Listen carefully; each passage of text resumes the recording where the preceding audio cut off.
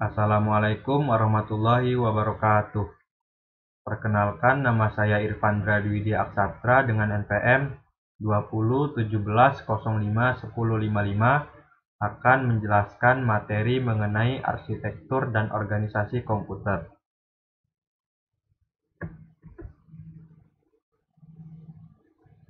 Topik pembahasan pertama, perbedaan arsitektur komputer dan organisasi komputer. Kedua, konsep storage program. Ketiga, perbedaan arsitektur von Neumann dan arsitektur Harvard. Keempat, instruction set arsitektur, mikroarsitektur, dan sistem desain. Pertama, akan kita bahas mengenai perbedaan arsitektur komputer dan organisasi komputer. Arsitektur komputer adalah konsep, perencanaan, dan struktur pengoperasian dasar sebuah sistem komputer. Arsitektur komputer berkenaan dengan cara menghubungkan komponen-komponen perangkat keras agar komputer dapat bekerja. Sedangkan organisasi komputer adalah bagian yang terhubung dengan komponen-komponen pelaksanaan dan interkoneksi antar komponen penyusun sistem komputer dalam melaksanakan aspek arsitekturalnya. Contoh, perlu atau tidak suatu komputer memiliki perintah pengalamatan pada memori merupakan masalah dalam rancangan arsitektural. Sedangkan instruksi pengalamatan tersebut dilakukan secara langsung atau melalui langkah stage merupakan kajian organisasional. Selanjutnya, konsep storage program.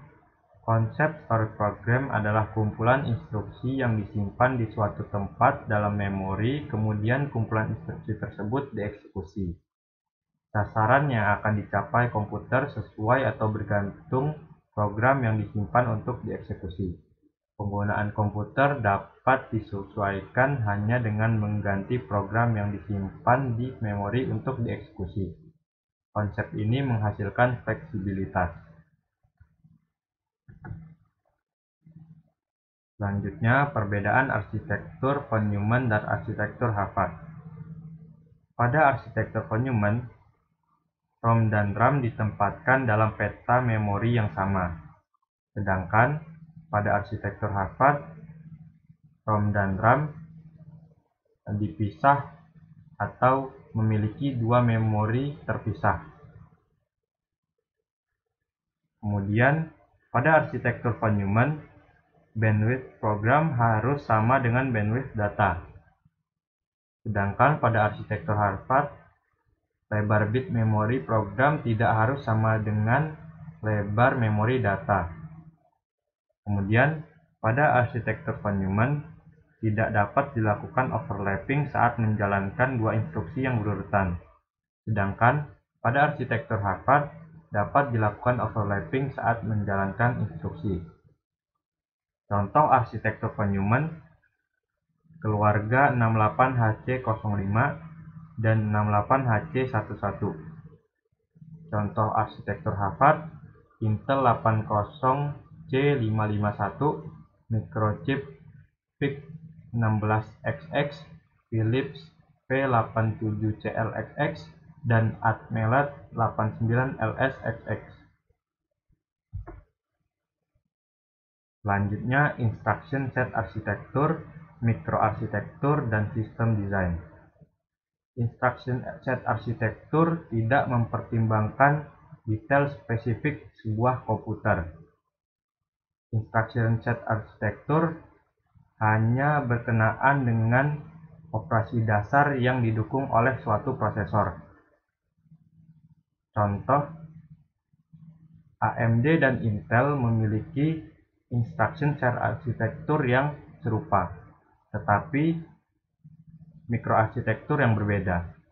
Hal ini berkaitan dengan kinerja dan efisiensi masing-masing prosesor. Prosesor yang memiliki mikroarsitektur berbeda akan memiliki kinerja dan efisiensi yang berbeda pula.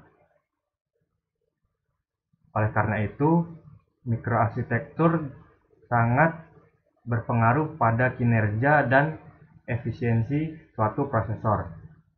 Instruction set arsitektur bertanggung jawab untuk menentukan kumpulan instruksi yang akan didukung oleh prosesor. Mikroarsitektur bertanggung jawab atas implementasi tingkat yang lebih rendah tentang bagaimana instruksi akan dieksekusi dan berhubungan dengan konsep seperti instruction pipelining, branch prediction, out of order execution. Mikroarsitektur terletak tepat di bawah instruction set arsitektur karena berkenaan dengan implementasi operasi dasar bagaimana yang didefinisikan dalam instruction set arsitektur. Sistem desain adalah proses merancang arsitektur, komponen, dan antarmuka untuk suatu sistem sehingga memenuhi persyaratan pengguna akhir. Sistem desain berkenaan dengan reliability atau keandalan. Suatu sistem harus memiliki fitur-fitur dengan bug yang minimal atau tidak ada bug sama sekali.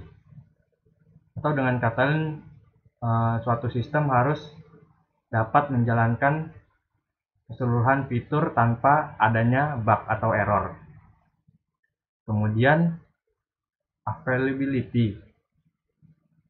Suatu sistem memiliki availability level yang berbeda-beda.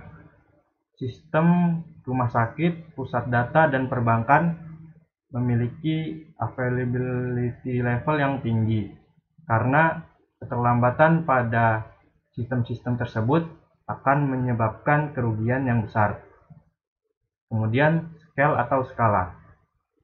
Dalam pengembangan suatu sistem, seorang developer harus mengetahui skala dari sistem tersebut agar dapat melayani semua user yang akan menggunakan sistem.